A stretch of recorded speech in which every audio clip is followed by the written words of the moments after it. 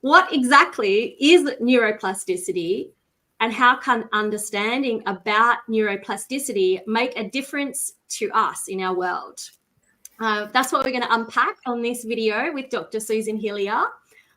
Before I introduce Dr. Susan Hillier, I want to introduce myself. I'm Angela. I'm a digital marketing coach for embodiment business practitioners and the host of the Let's Get Real Festival. And Dr. Susan Hillier is our keynote speaker.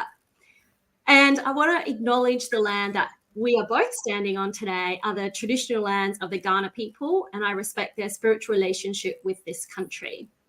So stay to the end because I've got something special to give away to you. Today, let me introduce Dr. Susan Hillier. How are you today, I'm great. Susan? Thanks, Angela. Yeah, thanks for inviting me on. It's great to be here. Yeah, it's really lovely to have you as our keynote speaker. As I explained to you beforehand, I'd asked the presenters to do some research behind what they're presenting on, and you're kind of the expert, and you live just down the road. We could have been in the same room for this interview. So the first question I have, a lot of people are using the word neuroplasticity these days, but how can understanding about it make a difference to us? It's a great question because you're right. It has become a really ubiquitous kind of term. And what it means really is that our brains can change. And I don't know why we think this is so surprising, but I kind of do know why we think it's so surprising, because the old version of neurology, understanding the way our nervous system works, was that it was kind of like a hardwiring thing. That we were hardwired, so we were kind of inevitably like we were, and it would be difficult to change. On the other hand, we've always known that we are real learning machines, especially when we're children, but we can learn at any point of life. So the understanding of neuroplasticity really helps us understand that we can learn, and through learning we can change, which means our behaviour can change. And there's some things that are harder to change than others, but it gives us this possibility of thinking, well, actually I'm not like the wiring of a house, or maybe I am. I can get an electrician to come in and rewire. It's not impossible.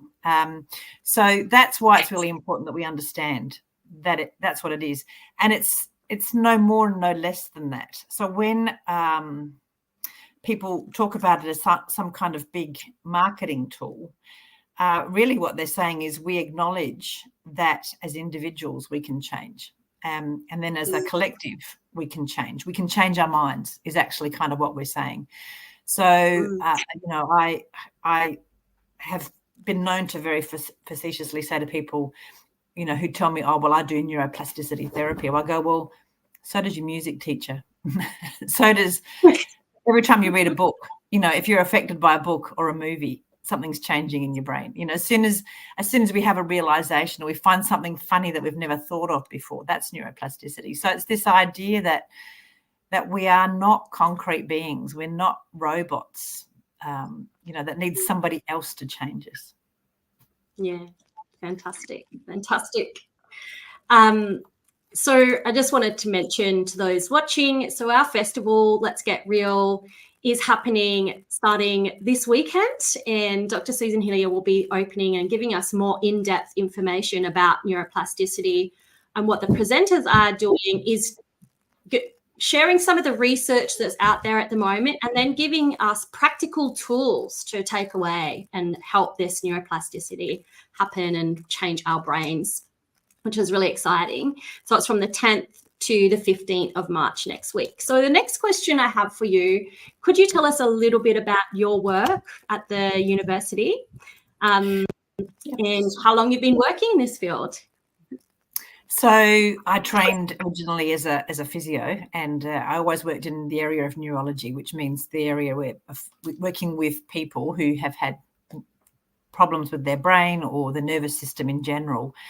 So I've always had this interest in it. And certainly when I was taught, which is a long time ago, we were taught under that old hierarchical reflexive kind of theory about the way the brain was organised. And the ideas and the research that then came out in the 80s and 90s has really kind of flipped that all away, that we're not reflexive beings. We're made up of reflexes. We do self-reflect. Reflexive has two different meanings. And this was so exciting for us as physios, therapists working in rehabilitation with people whose brains had been damaged in some way, whether it's by a car accident or a stroke or something, because it meant that there was this possibility for someone with an injured brain to undergo, kind of rehab and different kinds of approaches and training and learning to overcome some of the deficits that had happened because of the brain damage. So it's not like that there's a real healing. It's actually about the brain learning to work in a different way despite its damage is the really exciting thing for us as therapists working in this area. So our research has been very much about, well, what are the best conditions? What are the best ways that people can train, can learn, can practice, can move, can think? What are the best ways that will facilitate the best kind of change in their brain? Because if we don't do anything, our brains are plastic and they will change if we do nothing. They'll get worse. They will it's a kind of a use it or lose it sort of principle with neuroplasticity. So then if we use it to improve it, how do we best make use of our brains in order to improve them in the best way possible? So examples, I guess, are the conditions for learning. So people who've had a stroke in particular are the people that we've been working with and for in our research, and looking at the kinds of rehab that is more likely to help them change their brains for the better. So we know that if they do nothing or they just use their unaffected side a lot, their brains will change and get more and more one-sided, as it were. If we can offer some therapy that encourages them to use the side that they're not using as much, that really helps. We've done a lot of work about getting sort of the intensity right, like how much do you need to do to change your brain, that kind of thinking, it's a kind of a simple question. It's not a simple answer. And so how much activity do you need to do? What kinds of activity are most likely to produce these more positive changes? So really, fundamentally, we're asking what's the best ways for people to learn when they've had a brain incident. Amazing. And that's one of the reasons why I came to Feldenkrais in the first place. My mum had a stroke. So yeah. I've forgotten that. She's still struggling with one side of her body. Yeah.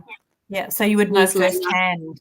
Yeah, it's really challenging for her to find ways to use her body, particularly the body that's hard to move. So we all know we try and move things in the easiest way possible. So if your one arm isn't working as easily as the other, then you're going to keep using the easy arm. And that's called learned non-use, but it's a learned thing, So we keep coming back to the L word. It's all about learning. Yeah, it's all about learning. That's maybe leading into the next question I have for you. What's the most important thing that people need to know about neuroplasticity? Or what is the thing that people get confused or don't understand about it? Do you think we've already answered that? Yeah, huge question. So people think it's something magic or something they can buy, or there's been a can I get a pill? It's a bit like saying, can I get a pill to help me learn better? Not really. So why it's really important is that we understand that it's not magic. The short answer is that often it's a lot of hard work. When I say hard work, that means persistence. And the best evidence that's coming out that it's important for people to understand is that persistence and practice around learning, changing your brain, is the most important thing. And funnily enough, one of the most important things is to actually understand and believe that it's possible.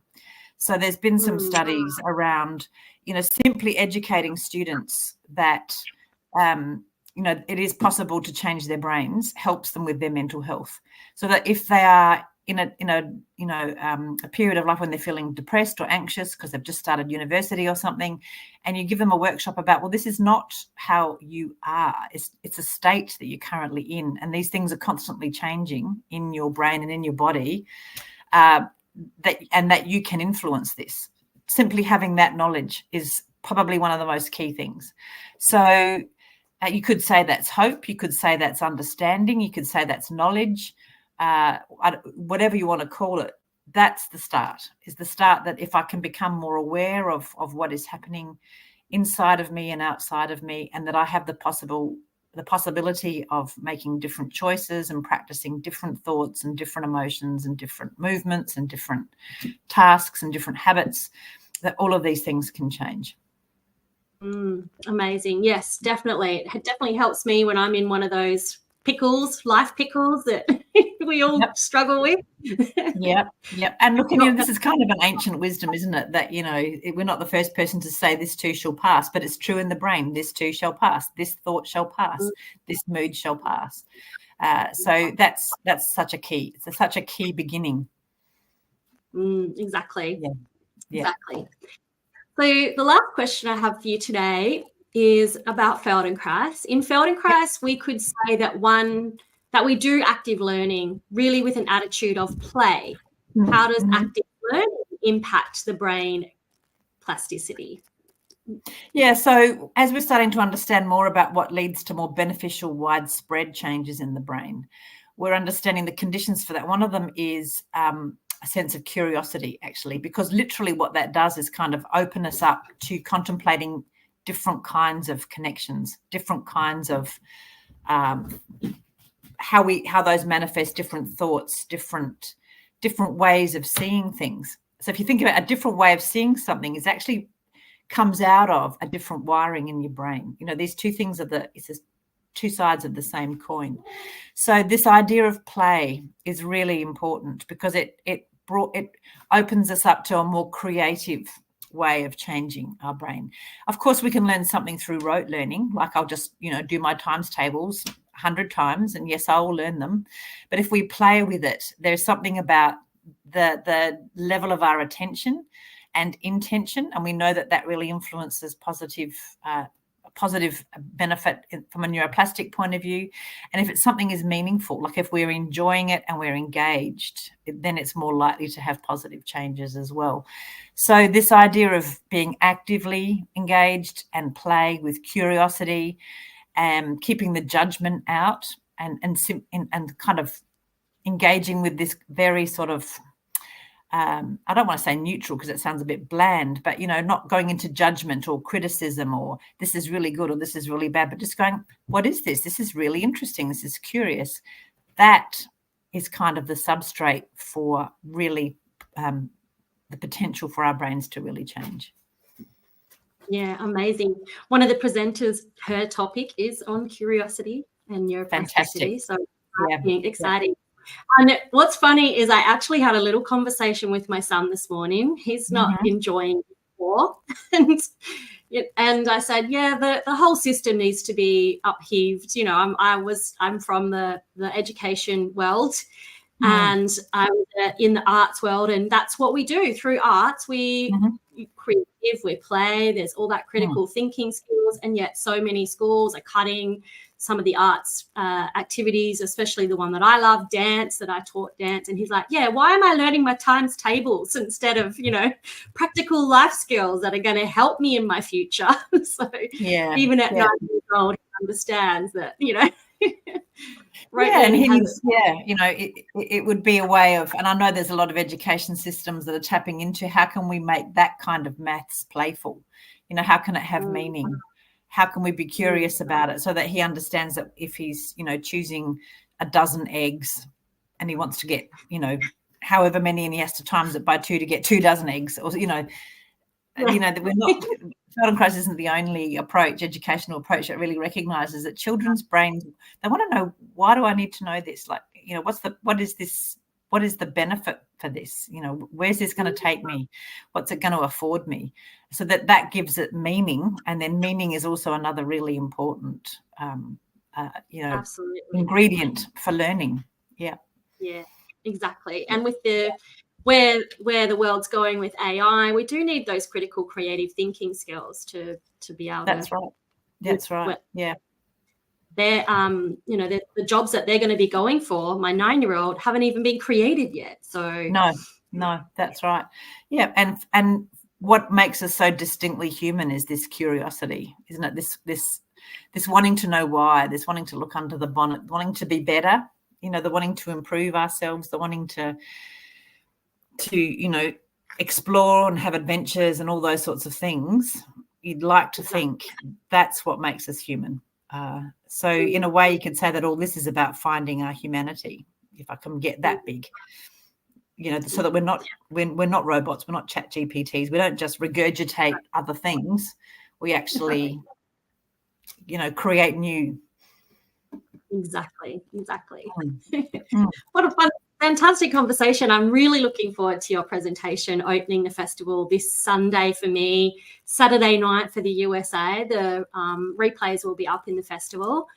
So again, our festival is from March 10th to 15. At the moment, we have $9 tickets for the first 100, and then they go up to full price. And we do have a little competition. So if you go check out the page, I'll drop the link in the below this video. And one of the presenters, go ask for their affiliate link, because we have a competition of who can bring the most first people in the $100 sale tickets, which is exciting. And they've got a bit of a competition between everyone. So later today, we are going to go into the Movement Online Academy and experience a Feldenkrais lesson, one from Ralph Haddon, who's actually a Feldenkrais trainer, and we are doing one called Clarifying the Toes. And some of the feedback we got because what we're doing, Susan, is we are doing the lesson and then talking about how we felt after, and then we're offering it to the community. So this is what some people said. The difference between the beginning and the end with my right foot is really interesting. I have toes. I could really, it's going to be a great lesson. I could really feel at the end, my whole right side just relax and feel really pleasant, and could feel comparison. And it's nice playing with the fingers and the toes. So if you want to have some toe play, feel more clarity, come along.